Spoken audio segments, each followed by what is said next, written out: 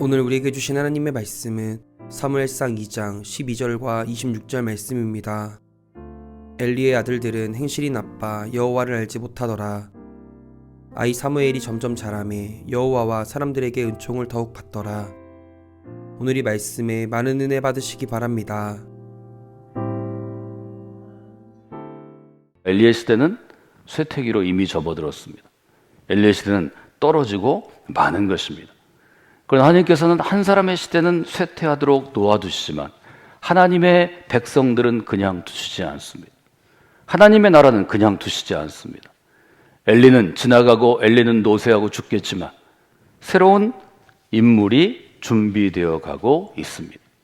2장 21절은 마지막 부분에 이렇게 쓰여 있습니다. 아이 사무엘은 여호와 앞에서 자라나고 있었습니다. 여기 자라니라라고 되어 있지만 계속해서 자라나는 것입니다. 과거에 자라나고 끝난 게 아닙니다. 현재만 자라는 게 아닙니다. 과거에도 자라났고 지금도 자라나고 있고 앞으로도 자라나는 것입니다. 이것이 기대의 나무가 행하는 일, 기대의 땅에서 일어나는 일입니다. 사무엘이 자라날 때 여호와 앞에서 자라났다는 것입니다. 사무엘의 준비는 아주 간단하게 이야기할 수 있습니다. 그의 어린 시절, 적어도 젖될 무렵은 그 당시 유대인의 가정에서 보면 3살 정도라고 합니다. 사무엘이 3살까지는 엄마 품에 자라다가 이제 엄마가 제사장에게로 데리고 가죠. 그리고 얘기합니다. 제사장님 혹시 기억하세요? 제가 제사장님 앞에서 기도했던 적이 있습니다. 그때 제사장님이 저한테 술 취한 채로 와서 기도하지 말라고 얘기하셨죠. 저는 그게 오해라고 말씀드렸습니다. 그 기도 가운데 하나님이 선물로 준 아이가 바로 이 아이입니다. 제가 그때 기도하고 서원한 대로 이 아이의 평생의 머리에 칼을 대지 않겠습니다. 제가 하나님께 바치겠습니다. 제사장님께서 거두어 주시기를 원합니다. 그리고 10여 년 그 밑에서 사무엘이 컸겠죠. 그 과정들은 여호와 앞에서 자라났다 이렇게 기록됩니다.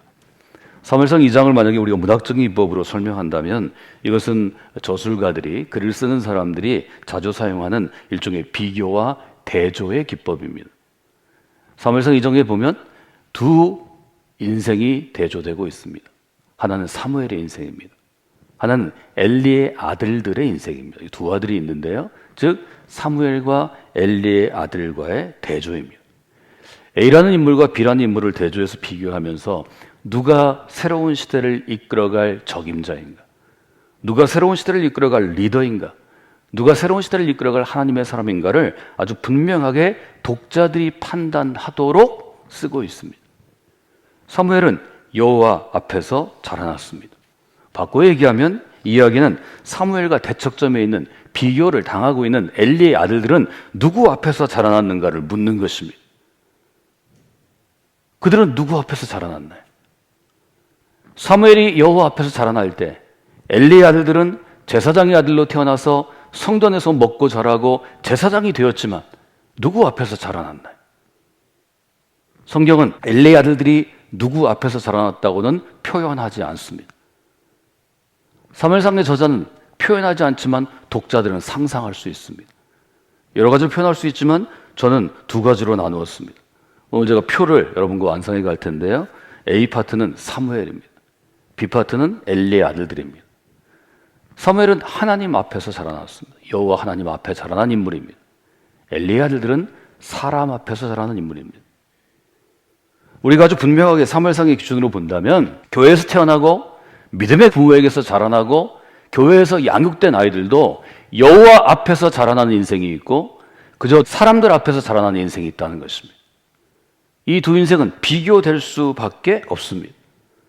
여호와 앞에서 자라나는 인생은 어떻게 살아갈까요? 여호와 앞에서 자라나는 인생은 하나님을 첫 번째 두는 인생으로 자라납니다. 엘리 아들들은 어떻게 자라났을까요? 사람 앞에서 자라나는 인생은 어떤 것인가요? 그것은 여호와를 알지 못하는 인생입니다.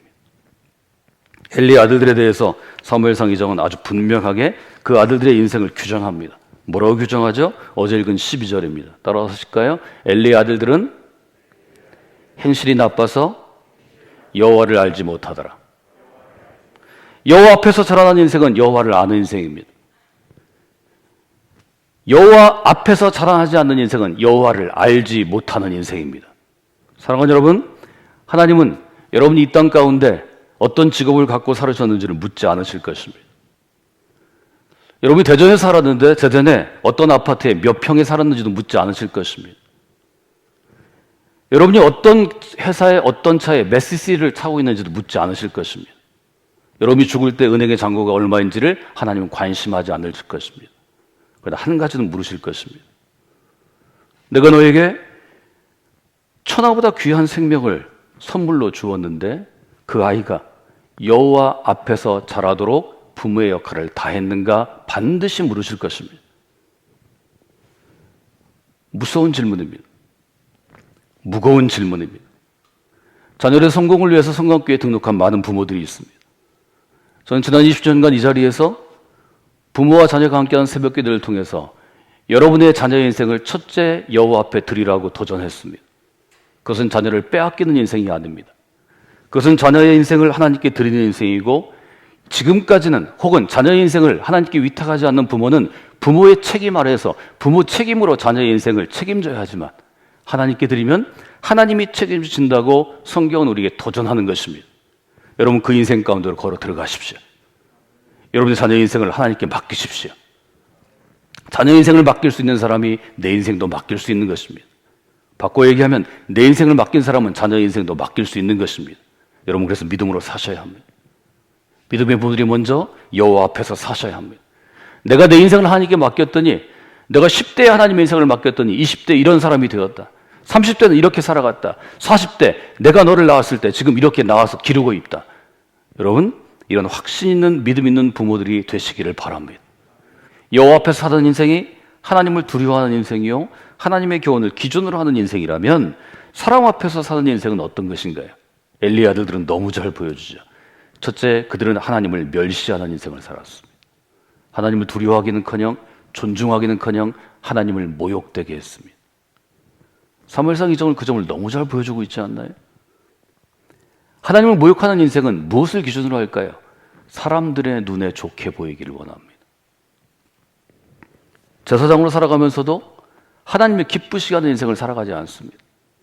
제사장으로 살아가면서도 제사장으로 살아가는 나의 성공을 뒷받침할 후원자, 스폰서를 두고 살아갑니다. 여러분, 그리스도인은, 하나님의 사람은 하나님께서 우리의 후원자가 되셔야 합니다.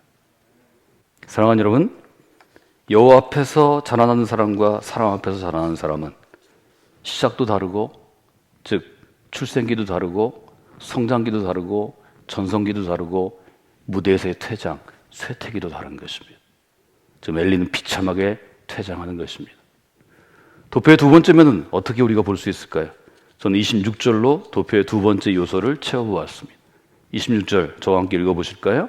아이 사무엘이 점점 자라매 여호와 사람들에게 은총을 더욱 받더라. 옆에서 자라난 사무엘은 어떻게 되었나요? 은총을 받았다고 표현합니다. 은총을 받았다는 것은 쉬운 말로 얘기하면 사랑받았다는 것입니다. 존중받았다는 것입니다. 인정을 받았다는 것입니다. 여러분, 저는 여러분의 자녀들이 자신감 있는 아이로 커야 한다고 말씀을 드렸습니다. 자신감 있는 아이로 키우기 위해서 여러분이 해야 될 일은 무엇인가 하면 그 아이의 인생을 기대하는 것을 아이들이 알 수 있도록 사랑으로 보여주는 것입니다. 여러분, 여호와 앞에서 자라나면 그 아이는 자신감 100%가 아니라 1000%의 인물로 자라납니다. 똑같은 능력이 있을 때 누가 더 기쁘게 일하고 아름다운 결과를 맺고 사람들에게 매력 있는 줄 아세요? 자기 일에 확신과 자신감을 가진 사람입니다. 내가 하는 일이 하나님이 기뻐하시는 일이기 때문에, 이 세상에 꼭 필요한 일이기 때문에, 한국 사회를 더 좋게 만드는 것이기 때문에 나는 이 일을 하는 거야. 그 사람 옆에 사람들이 모여듭니다. 영향력을 발휘하게 되어 있습니다. 우리는 그것을 리더십이라고 부릅니다. 사무엘은 자라나면서 또래 많은 아이들에게 존경을 받았을 것입니다. 누가 세워져서 그가 이스라엘 리더가 된 것이 아니고 어린 시절부터 그는 탁월했을 것입니다. 예수님이 그러했듯이 사랑받고 존중받고 인정받는 존재는 어릴 때부터 빛이 나게 되어 있습니다. 힘들고 어렵겠지만, 한국 사회에 성공이라는 스트레스가 있지만, 아이들의 미래라는 우리에게 두려움이 있지만, 여러분이 믿음으로 여러분의 아이들을 여호와 앞에서 키워보시기 바랍니다. 이것은 10년, 20년으로 결정할 수 있는 게 아닙니다. 한국 사회에서는 적어도 나이가 50쯤 됐을 때 좀 빠르면 40대 중반에 그의 사회적인 위치와 규모가 결정됩니다. 여러분 한번 해보시면 좋을 것 같습니다. 은총을 받는 것이 중요합니다. 여호와 앞에서 자라나면 하나님께만 은총을 받는 게 아니라 사람들에게도 인정받고 존중받고 사랑받습니다. 누가복음이죠. 예수님께서는 지혜가 자라고 키가 자라며 하나님과 사람에게 더욱 사랑스러워 가시더라. 반대로 엘리의 아들들은 어떻게 됐나요? 엘리의 아들들에 대해서 성경은 가감없이 그의 아버지의 입, 엘리의 입을 통해서 전달합니다. 23절입니다. 아버지가 아들에게 얘기합니다. 야 이놈들아, 어찌하여 이런 일을 하느냐? 너희들의 악행을 모든 백성들이 내게 말한다. 아들들아, 그러지 마라. 내게 들리는 소문이 너무 좋지 않다. 어떻게 제사장인 너희가 여호와의 백성으로 범죄하게 하느냐? 25절에 보면 아주 분명하고 우리가 충격을 받을 만한 말이 있습니다. 아버지의 말에 아들이 얘기합니다. 25절 두 번째 단락인데요. 그들이 자기 아버지의 말을 듣지 아니하였으니. 여러분 아이를 키우다 보면은요 어느 순간 아이가 부모의 말을 듣지 않는 때가 있습니다. 그때부터가 시작입니다. 이미 독립했고 자기가 보기에 아버지나 어머니가 자기보다 사회적으로 혹은 지성적으로 나보다 못한 존재로 이미 알게 되는 것입니다. 말을 안 듣습니다. 내가 더 잘났는데 누구 말을 듣겠어요? 하나님 앞에서 자라난 인생만이 자기를 돌아보고 반성하고 반추할 수 있기 때문에 하나님이 그의 마음을 만지면, 마음이 찔리면 말을 듣게 되어 있습니다. 여러분, 부모는 아이를 지성으로 이길 수 없습니다. 부모는 아이를 유능함으로, 자기 재능으로 이기는 게 아닙니다. 부모는 아이에게 사랑으로 훈육하는 것입니다. 영향을 주는 것입니다. 내가 박사라서, 내가 이런 직업을 갖고 있어서, 내가 이런 재산가라서 넌 내 말을 들어. 절대로 아이들이 듣지 않습니다. 여러분 믿음의 부모로 자라나셔야 합니다. 여러분 여호와 앞에 자라는 인생은 은총을 받습니다. 사랑을 받습니다. 엘리 아들들은 사람들 앞에서 어떤 사람이 되나요? 비난을 받는 사람이 됩니다. 결국 어떤 결과를 가져오나요? 세 번째 표를 한번 저희가 마무리해 보기를 원합니다. 여호와 앞에서 자라난 사무엘과 여호와로부터 점점 멀어져가는 엘리들의 인생은 어떻게 바뀌어지나요? 35절 같이 읽어볼까요? 내가 나를 위하여 충실한 제사장을 일으키리니 그 사람은 내 마음 내 뜻대로 행할 것이라. 내가 그를 위하여 견고한 집을 세우리니 그가 나의 기름 부음을 받은 자 앞에서 영구히 행하리라. 이미 사무엘상 2장에 사무엘의 시대 사무엘에게 하나님이 무엇을 선물로 주실지 우리가 흔히 얘기하는 것처럼 어떤 축복이 사무엘의 인생 가운데 임할지를 분명히 얘기합니다.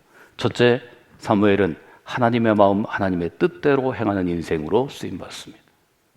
두 번째, 견고한 집을 하나님이 세워주십니다. 세 번째, 나의 기름 부음 받은 자 앞에서 영구히 행하리라 하는 축복이 있습니다. 사무엘 이름이 지금까지 영구히 새로운 시대를 열어간 하나님의 사람으로 우리에게 기억됩니다. 이 부분이 오늘은 초점이 아니기 때문에 엘리의 아들들과 비교해 보겠습니다. 엘리의 아들들은 하나님에게 어떤 선물을 받나요? 32절입니다. 이스라엘에게 모든 복을 내리는 중에 너는 내 초소의 환난을 볼 것이고 내 집에 영영토록 노인이 없을 것이라. 제대로 자기 인생을 살다 죽은 인생이 이제 이 집안에 끊어진다는 것입니다. 33절입니다. 내 집에서 출산되는 모든 자가 젊어서 죽게 될 것이다. 아이를 낳아도 이 아이의 인생을 젊을 때 취해서 늙어 죽게는 하지 않는다는 것입니다. 나이 들어서 죽게 하지 않는다는 것입니다. 34절입니다. 너의 두 아들 홈리와 비느하스가 한날에 죽으리니 그들이 당한 그 일이 너에게 표징이 될 것이라. 여호와에서 멀어져서 여호와의 사람들을 타락하게 한 엘리의 아들들은 그 악행으로 인하여 우리가 흔히 얘기하는 하나님의 심판을 받게 되는 것입니다. 여러분 사무엘상 2장에서 저는 전체를 다 읽고 설명하지 않았지만 사무엘에게 해당되는 구절과 엘리의 아들들에게 해당되는 구절을 가지고 표로 정리해 봤습니다. 사무엘은 여호와 앞에서 자라났습니다. 엘리의 아이들은 여호와에게 멀리 떨어져 자라났습니다. 사람을 보고 자라났습니다. 사무엘은 자라나면서부터 출생기와 성장기와 전성기와 죽을 때까지 사람들과 하나님의 은총을 받습니다. 엘리의 아들은 비난과 욕을 먹고 죽어갑니다. 사무엘은 쓰임받는 인생으로 세움을 받아 견고한 집을 세우고 그의 이름과 행실이 영원히 우리에게 기억됐습니다.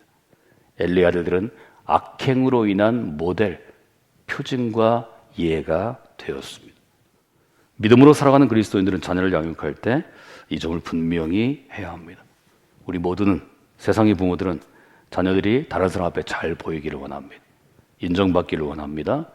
그래서 한국 사회가 주는 성공한 인생을 살기를 원합니다. 저도 물론 저희 자녀들이 이렇게 됐으면 좋겠습니다. 그러나 그 이전에 믿음의 부모들은 사람 앞에서 보여지는 인생보다 하나님 앞에서를 더 먼저 생각하고 중시해야 합니다. 두 가지로 우리가 생각할 수 있죠. 하나님 앞에서 신실하게 자라는 자녀와 자녀 세대를 성광교회가 길러내야 합니다. 더불어 사람 앞에서도 사랑을 받으며 자라는 인생을 길러내야 합니다. 하나님께 사랑을 받고 하나님을 기쁘시게 하는 인생이 사람에게 거절당하지 않습니다. 오히려 그런 인생을 더 귀하게 보는 믿음의 사람들이 이 땅 가운데 어느 시대나 있습니다. 그 사람들이 믿음의 자녀들을, 후예들을 길러내는 것입니다. 저는 이 두 가지가 균형 잡히게 여러분이 여러분의 자녀들을 먼저 양육해 주시기를 원합니다.